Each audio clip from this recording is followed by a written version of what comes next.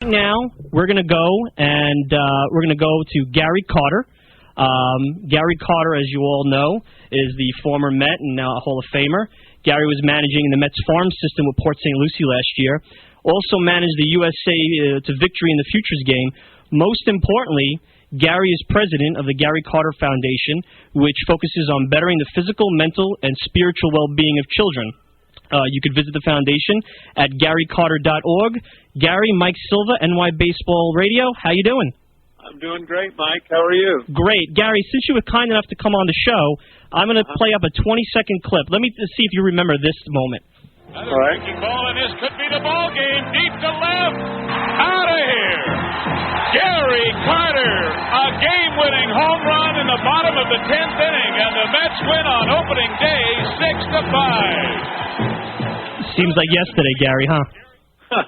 Well, maybe yesterday to you, but to me now, looking back at it, it's hard to believe that's 22 years ago, 1985. Time flies by when you're having fun, I guess. But, it was a great memory, a great thrill for me to have had that opportunity of coming to the Mets and to be able to get a walk-off home run. Now that's what they talk about a lot. Are these walk-off home runs. All I looked at it as being it was a game-ending home run, and it was a thrill, but it was a great way to break into New York. Gary, you decided to step away from managing this year. Do you miss the ballpark at all? I missed it immensely. I stepped away primarily because I wanted to try to still stay close to home. Obviously, anyone that manages would love to have the opportunity of staying close to home, and I realize in Major League Baseball you're not going to have too much of that opportunity unless I was to be managing the Florida Marlins. But they've had several managers there, and now they have Freddie Gonzalez. But the Mets offered me to go to Binghamton, New York, and I figured that I did what Omar Minaya wanted me to do, and that was get managerial experience. I felt like I was successful at both levels that I managed at, and I just wanted to get the opportunity, obviously, of managing at the Major League level, but if it wasn't going to be in a managerial position, it could have been in a coaching position. And I just didn't feel that, the opportunity was there. I knew that after the success the Mets had last year, they were intending upon giving Willie Randolph an extension, which they did. And so I kind of felt that my future in the organization was not going to be in the immediate future, so I decided to step down. And they did offer it to me. They did offer me to go to AA, but if you've ever been to Binghamton, New York before, I wouldn't say that that's one of the most glamorous places to go to. I hear you. Who's Gary Carter as a manager? We know you as a ball player from what your time with the Mets and the Expos, but could you tell us a little bit about who Gary Carter, the manager, is? Well, I'd say I'm pretty similar. I mean, when I was managing in the Gulf Coast League and also this last year at Port St. Lucie, the way I would at least coach even third base, I mean, that's the requirement of a manager. I would be at third base basically coaching and playing the game as I would as a player. So I caught myself up in many situations of getting runners over, bunting, getting runners in scoring position. I relied on my pitching coach to pretty much dictate who was how many innings and how many pitches and so forth and so on.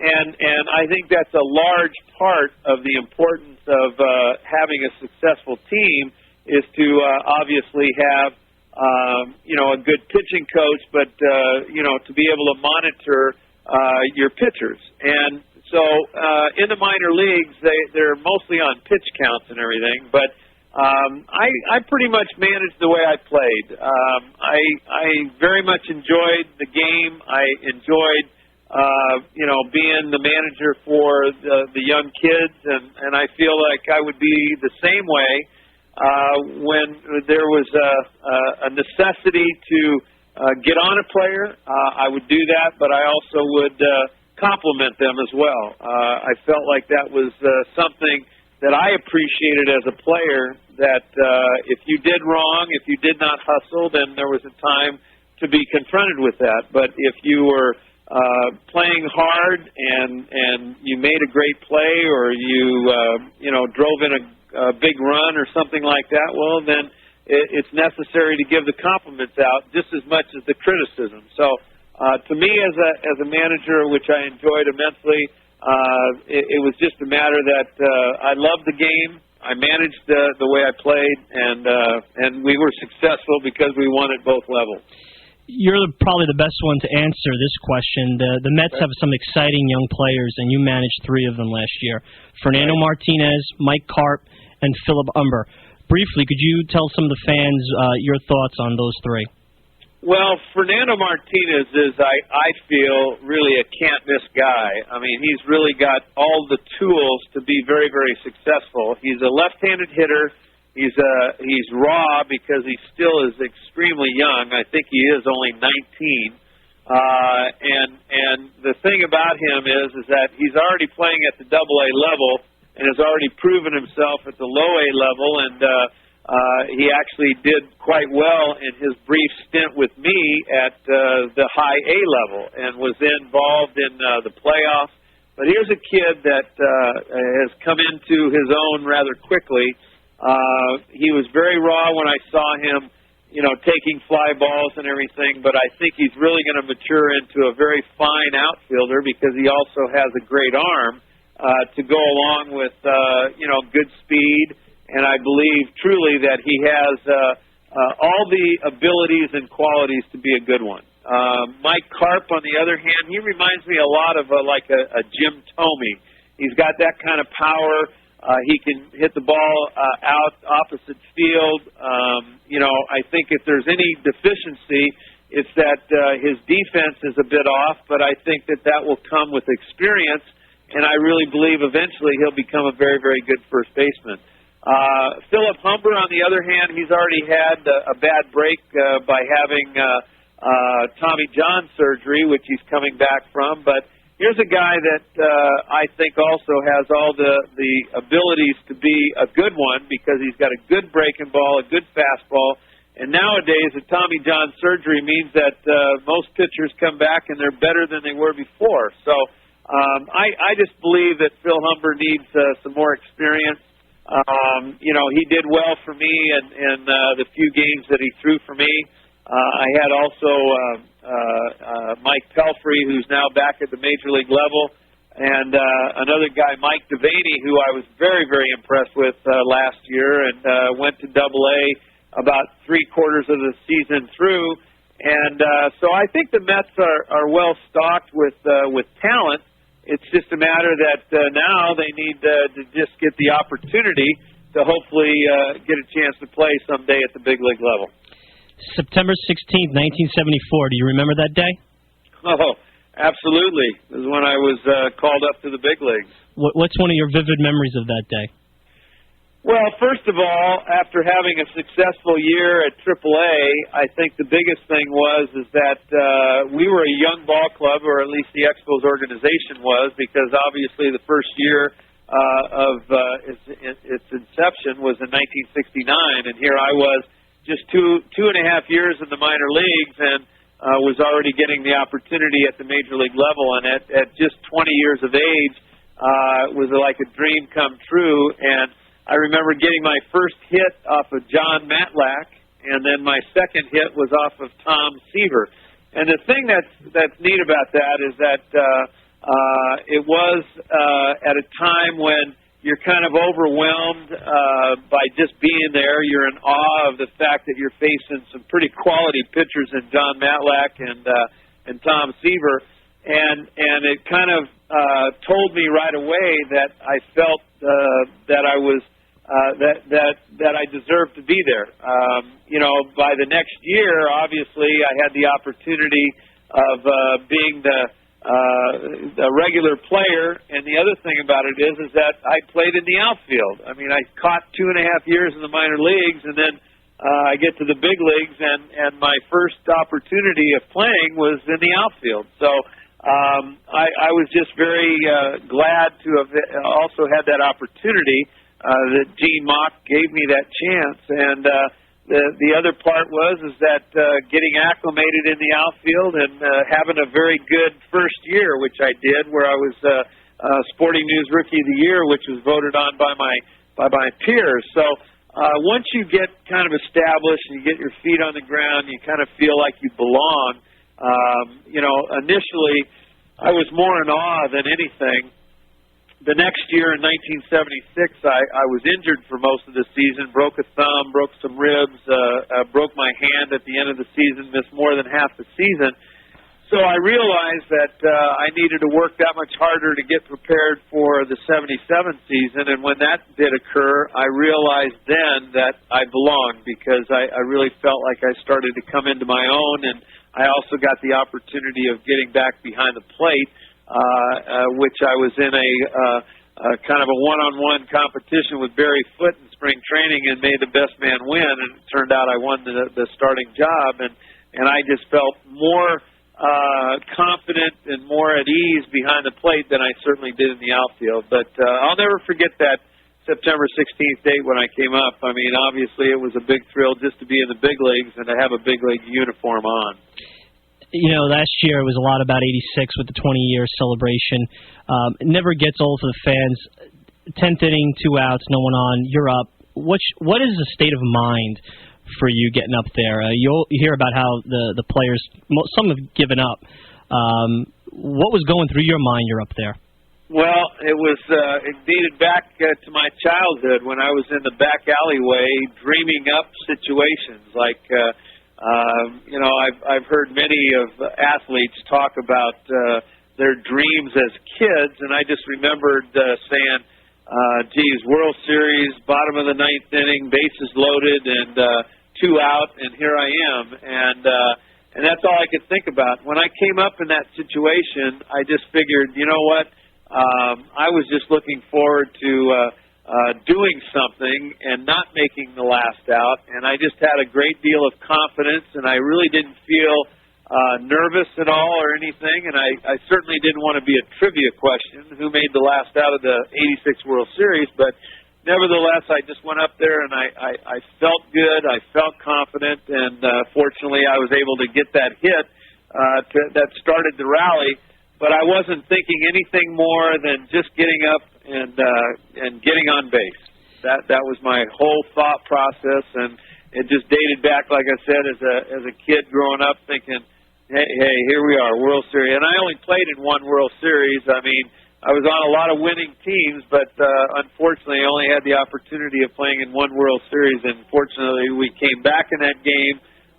We scored those 3 runs in the bottom of the 10th inning to win that game 6-5, and in Game 7 we were down 3-0 after 5 innings, and we came back and won that game 8-5. So to me, it was just a thrill to have that chance and that opportunity, and it'll be a great memory for the rest of my life, no question. The other moment that stands out for me is I remember August 11th, 88, your 300th home run, and right. I still remember. And I think it was Ralph Kiner just saying it looked like you were relieved because there had been a drought of about 225 at-bats in between that. What do you remember about that day? Well, I remember another thing. It was brought to my attention that David Letterman did some sort of a skit and was, made a joke out of it, obviously, but he was saying, will somebody please groove one for Gary Carter so he can end this thing? I mean, when you're under a microscope and certainly the press we're playing this whole thing out, and I was pressing to get that 300th home run because it was kind of elusive for a number of reasons, because the 300 home runs for a catcher was the standard to get into the Hall of Fame. I mean, there was only a couple others that had reached that plateau, and I was closing in on it. And the other part of it is that my knee had been really bothering me, and I wasn't able to push off on it, and so I really did not have the power that I had in previous years. And so with that being said, I realized that it was going to come eventually, and ironically it happened at Wrigley Field, and it was off of Al Nipper, who I had hit a home run off in the World Series 2 years previous.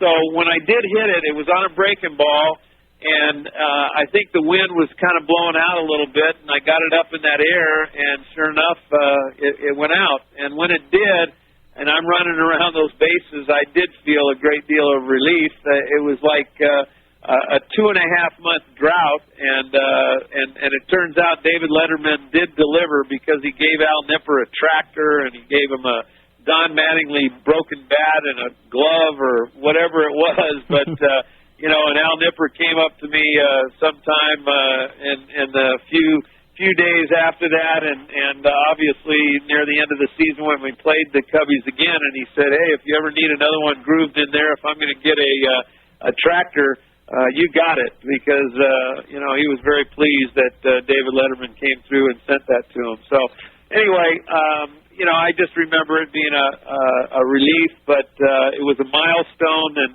it was something obviously I was very proud of. On that note, 88 was one of those years where everything seemed to be aligned. The Mets dynasty was going to have its stamp, and just didn't quite happen. Ran into Oral Hershiser, but for a long time, the organization, in my opinion, didn't embrace that 80s team, and there was kind of a stigma in the media as it was a disappointment. Looking back, do you agree with that the team was a disappointment because of some of the things both on the field that happened and unfortunately off the field with some players? Well, I would agree to a certain degree, but I would also have to say that, we had some great successful teams. In my 5 years there, we had 3 seconds, 2 firsts, and obviously a world championship. Should we have won in 88? Absolutely. I look back at Game 4 in that league championship series where we were up in the game, and Doc Gooden had just walked. I think it was Mike Davis, or it might have been John Shelby, I'm not sure. But anyway, the next pitch to Mike Socha was a fastball that he hit out that just grazed over the wall and tied the game up. And then from there, we went into extra innings, and the Dodgers came back. We were up in that series 2-1. That would have just basically put it away at 3-1. But with them tying the game up and going on to win it, they won that game, and it was one of those things that changed the whole complexion of that series.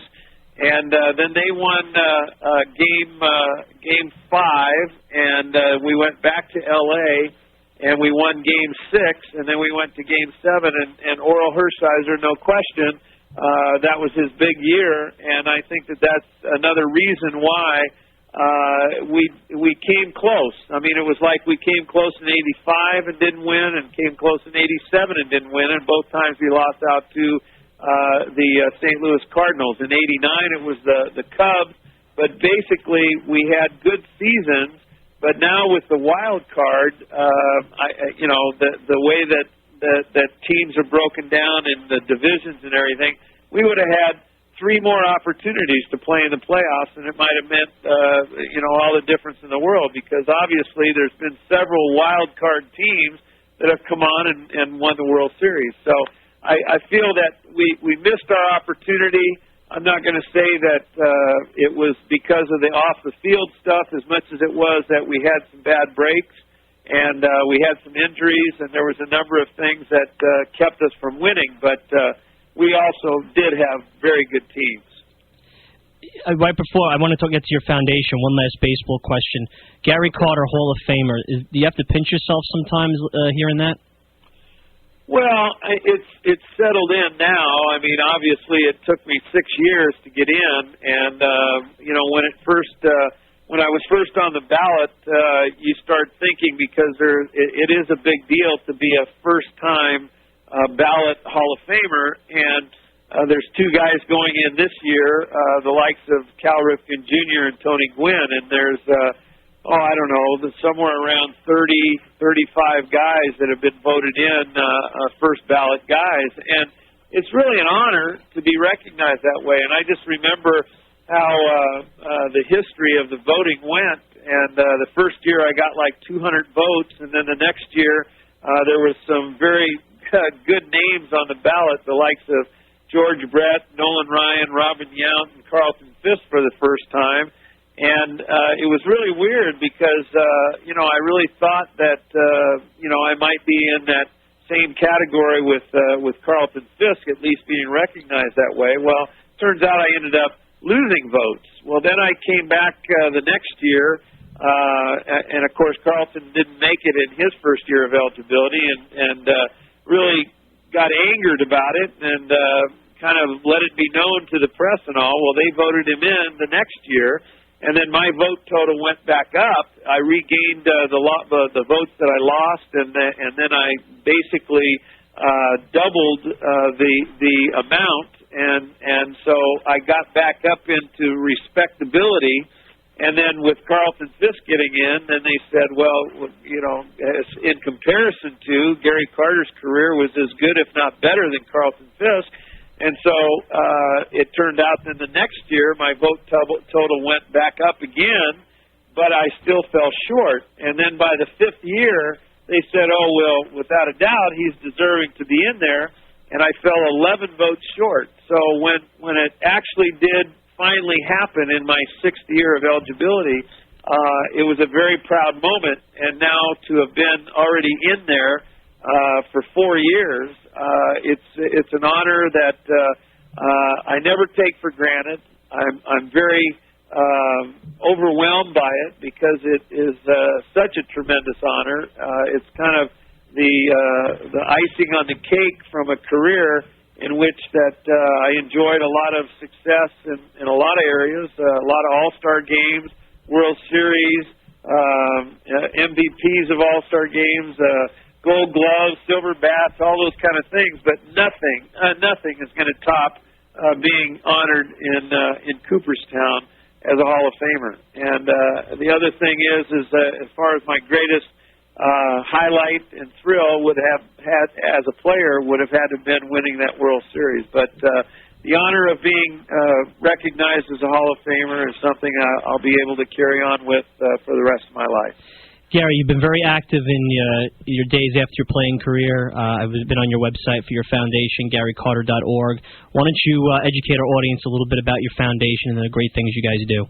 Well, for one thing, I've always been very charity-minded. I've raised over $8 million for leukemia. I have golf tournaments and fundraisers that enabled me to do that for leukemia. That's what I lost my mother to. Well, in the year 1999, my financial advisor and I kind of brainstormed, and we thought it would be a good thing to get the Gary Carter Foundation started because both of my girls were getting interested in wanting to be school teachers. And so with the brainstorming, we came up with the idea that we wanted to help out underprivileged schools because we realized the importance of getting financial support. So with that being said, we got going with this, and I help out 8 schools. And I'm very proud of that, and I've given away over $250,000, and I will continue to help these schools, and it's helped to also better the education of these young kids. How can our listeners help you out? Well, they can pull up my website, or they can send in any kind of a donation to the Gary Carter Foundation. We're located at 560 Village Boulevard, Suite 260. And that's in West Palm Beach, Florida, and the zip code is 33409. And the biggest thing is you can pull up the website, and I've got all kinds of memorabilia that can be purchased there too. But just to be involved would be a great asset and would be much appreciated. Well, Gary, since you were great friends of the show, we're only a month into the show, we're creating a page with archives and information about the show. We're going to, obviously with your permission, put a link to this charity. It's a really good thing you're doing, and as a thank you for you coming on with us. Would that be okay? That would be wonderful, Mike. I would appreciate it, and I know that my battery's about ready to run out on my cell phone, so I don't want to lose you, but I do appreciate the time. Thanks a lot. That was Gary Carter, GaryCarter.org. Gary, we'll talk to you soon. Okay, thanks, Mike. Take care. Thanks.